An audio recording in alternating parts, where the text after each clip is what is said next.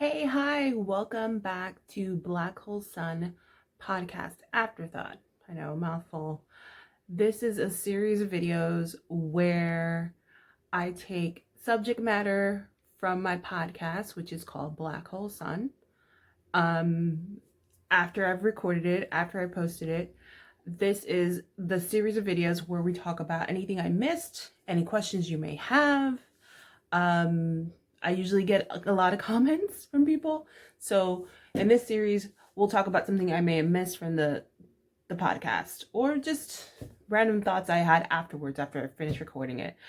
Please, before anything else, please subscribe and turn on the notification bell so you can get more of my YouTube videos and more from this series. So let's get into it. This episode is a double episode. It's two podcast episodes in one.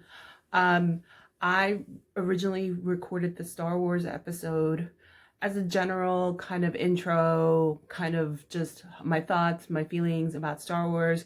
Also something for people who aren't Star Wars fans to kind of get a general feel for. And then the week after I recorded that episode, it was the season finale of The Mandalorian season 2. So I felt compelled to make another episode, another episode that was Star Wars themed. So it was back to back. I didn't plan for it, but it just happened. So I decided, hey, why not just make one afterthought video on both those podcast episodes? If you haven't listened to the podcast or are curious about the podcast and kind of stumbled onto this video through the YouTube algorithm gods, hi, welcome. If you are interested in the episodes, I've linked the episodes in the description below, as well as the next episode that I'm going to use for the next video. So it's all in the description. There's also social media and other things in there, so you can check out my other stuff. Basically, for the Star Wars video, I spoke about just the general broad spectrum of Star Wars.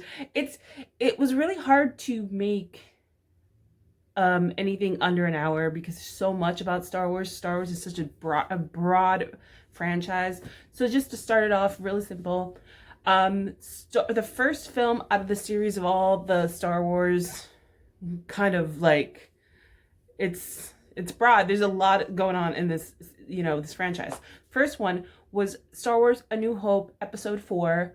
It was released in August of 1977. George Lucas is the creator. He is the guy in charge, Lucasfilms, hence. And it became a phenomenon. He actually didn't know what would happen, and people in the production didn't know either what was going to happen. This was something new. This is something that no one had done before. So he had no idea. I feel like he had a little bit of, skepticism to him, because he also, at the time, his friend Steven Spielberg was filming a movie called Close Encounters of the Third Kind. Sorry about that, brain fart. He was filming a movie, Steven Spielberg, Close Encounters of the Third Kind. It was kind of similar, and Lucas thought that film would be a bigger film, so they kind of I don't know if the word trade or buy or whatever, they kind of invested in each other's movies and they took stock in each other's movies. Obviously, Spielberg did way better. I don't think, even if he was thinking positively about the project, I don't think he knew how big of an impact it would be. It's kind of like a religion now, like it's something that people are there's diehard Star Wars fans. And I probably watch most of them. So he started off with this one film. He had this idea that was kind of an idea he got from watching or being a fan of Flash Gordon, the comics. He got that idea kind of because Flash Gordon is also a space opera, but it's a different kind, and he got the idea from that. And from there, and also, I guess, if you look into it really deeply and smartly, you'd see that it's also kind of like a Western in a sense too. So besides being a space opera, so he started off with that movie, and those main movies are the Skywalker films.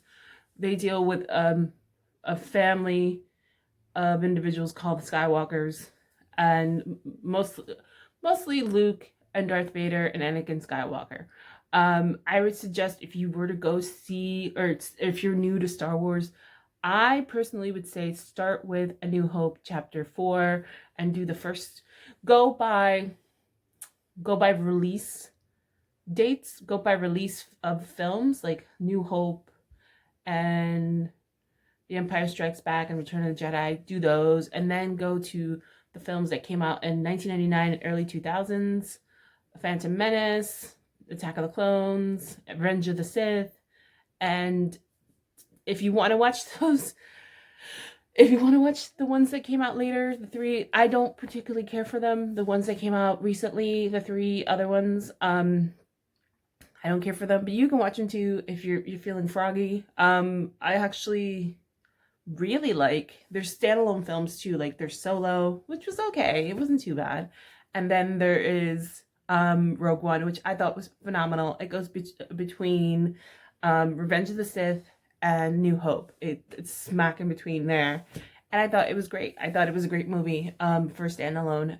There's also animations. There's also, with the original movies, I remember because when the original films came out, I was a kid, and one of the big things in one of the movies that a lot of people hate, but as a kid I loved them, were the Ewoks, and they had spin-offs. They had a TV show, I believe, and a film, an animated film. So there's that too. There's a lot of things you can look into, you know, Star Wars with. Then later on there was animated series like the Clone Wars, Star Wars Rebels. I'm blanking on the other ones, but there were a ton of them.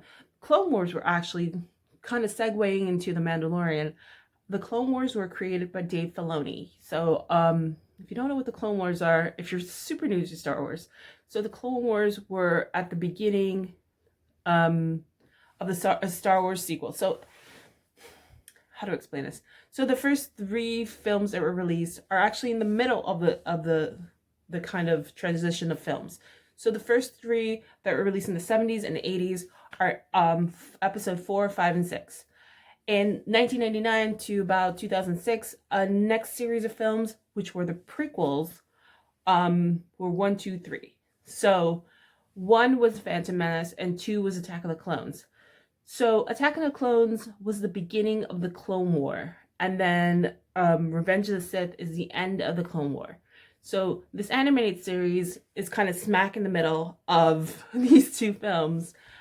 Interesting enough. I mean, actually the end is right on with Revenge of the Sith.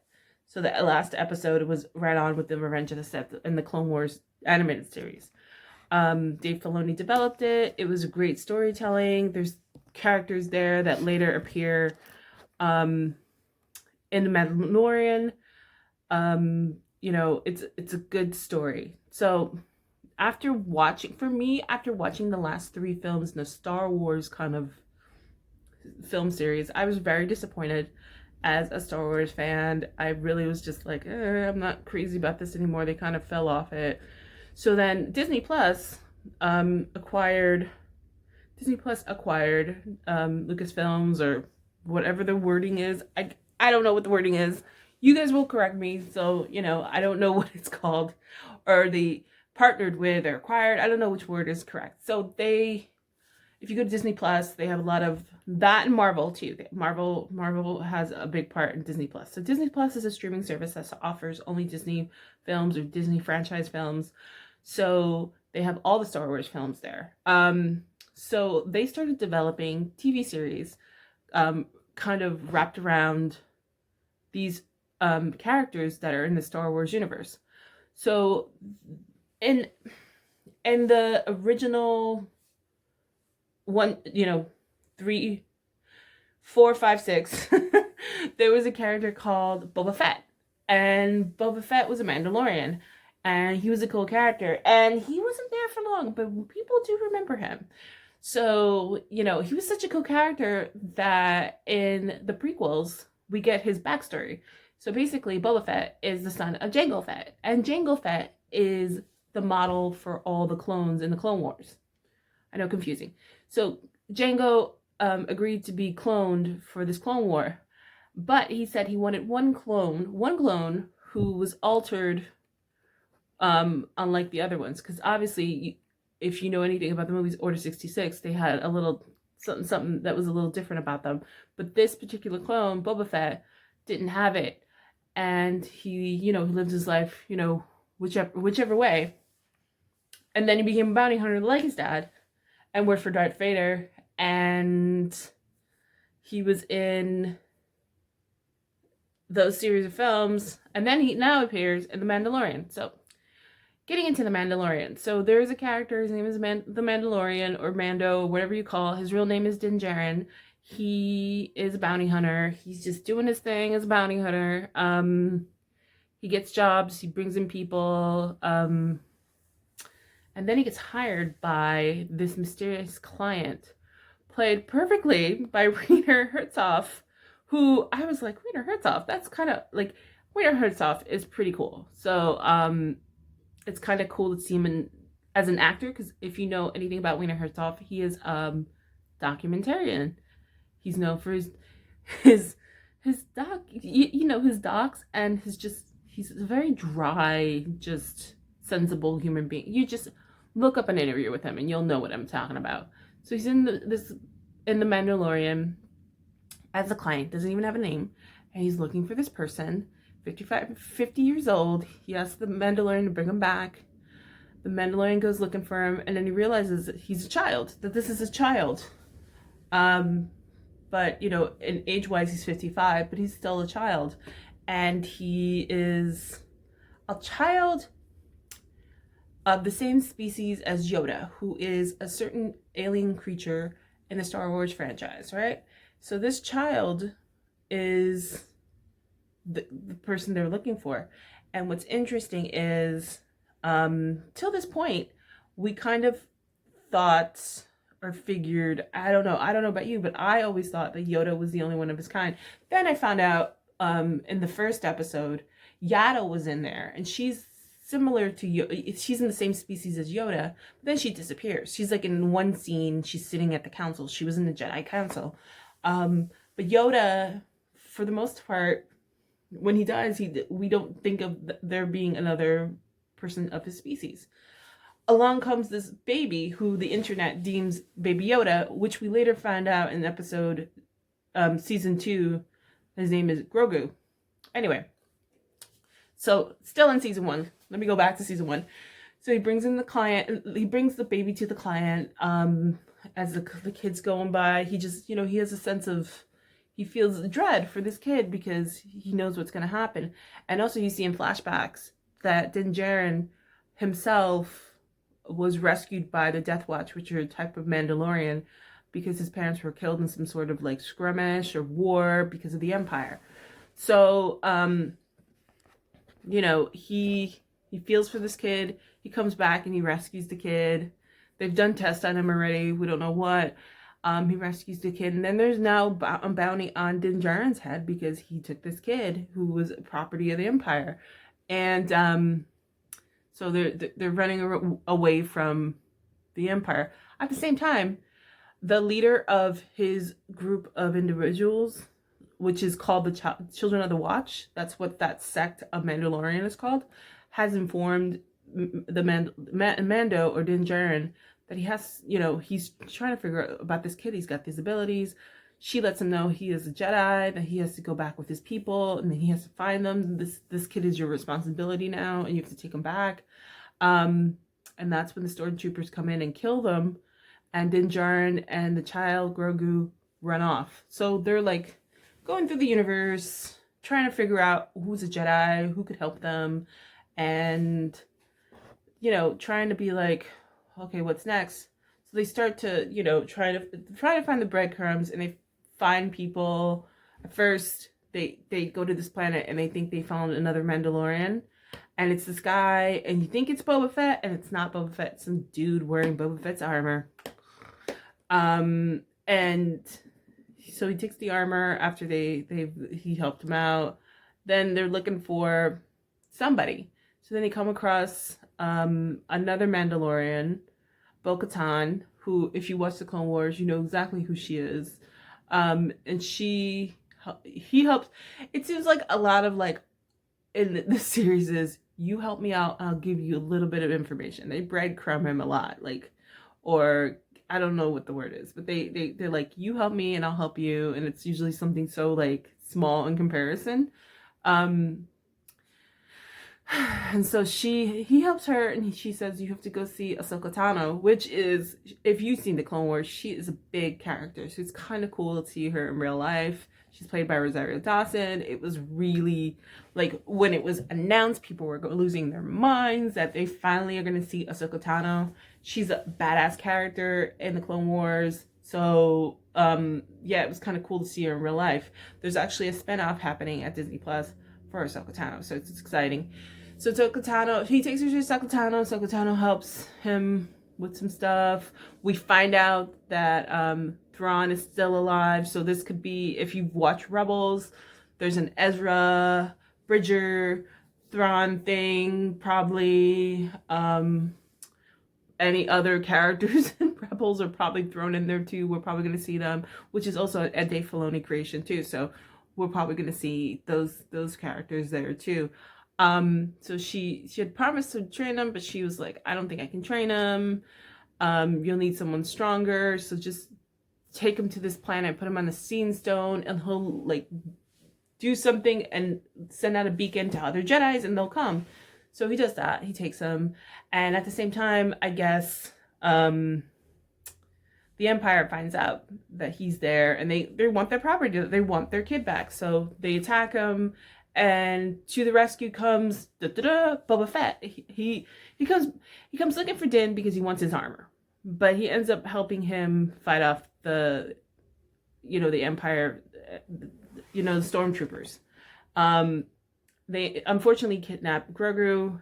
He ends up going to a ship with Moff Gideon, but Boba Fett gets his armor back, and he tries to help them. So Boba Fett drops him off. Boba Fett promises to stay with him. At this point, they're just like trying to figure out how to get the kid back, and so they enlist help from different people. At the end, they basically get Bo-Katan and a bunch of other people to get on Moff Gideon's ship. They get Moff Gideon. There's a whole thing with the Darksaber, which I'm not going to get into because it's just, I'm still confused about that. But they get the kid. But Moff Gideon has these super soldiers. So, okay, the people who kidnapped the baby were super soldiers. These super mechanical soldiers. So when they go on the ship, Din Djarin farts just one. And it was just like so hard. And so he manages to open an airlock and get them off. But as they were in, I guess, in the control room with Moff Gideon and the child, they come back and they start banging on the wall, and it's scary. And then suddenly a ship arrives. We don't know who it is. It looks very familiar. And in comes a Jedi, and he rescues you. It ends up being Luke. But it's like Luke 5 years after, Return of the Jedi. So it's like young Luke. It's really interesting because it's like a deep-faced Mark Hamill. I guess it's deep-faced? I don't know what the correct term is, but you'll correct me. Deep-faced Mark Hamill comes in, and he does this epic fight scene with the soldiers. He's like cutting them through like butter, and it's like, you know what I mean? It's just like, it was epic. So he comes in and he collects Grogu to take him back to his Jedi Academy. So he takes him back to the Jedi Academy, and that's where it ends. It's like a sad ending, but then we get to see this epic fight with a young Luke. It was sad to see Grogu and Din Djarin separate, but it was like such a good episode. Everybody talked about it afterwards. Yeah, no, I loved it. I enjoyed it. Apparently season 3 is going to be a time jump, so hopefully we'll see I'm thinking that Din Djarin, because the whole thing with the Darksaber, he becomes the new leader of Mandalore, but they have to go back and take back Mandalore. They're probably gonna fight back for Mandalore, and then you probably see Grogu at the academy and see what happens to him and like how he's growing up. And if you watch the three last films, you know that yeah, there's a lot that goes on. But I love Star Wars in all its capacity. I think that if you were new to the series, if you were like, hey, I've never seen the Star Wars movie, where should I start? I would say New Hope. If not New Hope, I would say Phantom Menace. If you want to go in chronological order, go with the Phantom Menace. But I like the New Hope. But I think if you were looking, I don't know, I feel like maybe I'll take it back. I think Phantom Menace and just going in that order will be easier to understand the story. Yeah, do the first 6 Star Wars movies in order. Actually, if you can kind of get in between The Empire Strikes Back and Return of the Jedi and no, just watch it in that order. Don't ignore what I just said. Watch the first 6. Don't bother with the last 3. Watch The Mandalorian after you've watched the first 6. If you want to watch anything else, The Clone Wars, watch it in between whatever respectable film it goes between. And which is the Clone War would be Attack of the Clones and Revenge of the Sith. So it goes in between there. If you want to watch Rogue One, that's what I was thinking of. You watch it between Revenge of the Sith and New Hope. And that's all you need. That's all you need. If you don't want to get any more confused, just watch the first 6. And from there, you can kind of venture out and do your own thing. Okay? And I didn't even start on novels and comics and other things. That's just a lot. It's a lot. It's a big universe. So if you're new, I suggest you start from, the Phantom Menace all the way down to episode 6, which is Return of the Jedi. And that's it. And start from there. If you want to learn anything else, there's so many different YouTube videos and YouTube correspondence. There's like Star Wars Theory, is one I really like. And take it from there. But I suggest start from the beginning. And when you get to the end, stop. Sorry, that was funny. Anyway, I hope you enjoyed this. Please give us a like and subscribe. I can't believe this video is 20 minutes. Crazy. Please like and subscribe. Turn on the notification button. If you want to listen to the 2 podcast episodes for this, it's in the description. If you want to listen to the next episode's podcast episode, it's in the description. I have a lot of media and other things in my description box. Go check it out. Let me know what you think. Let me know what you don't like. Please be kind. I know Star Wars fans can be a little not kind. Anyway, I hope you enjoyed this and talk to you soon. Bye.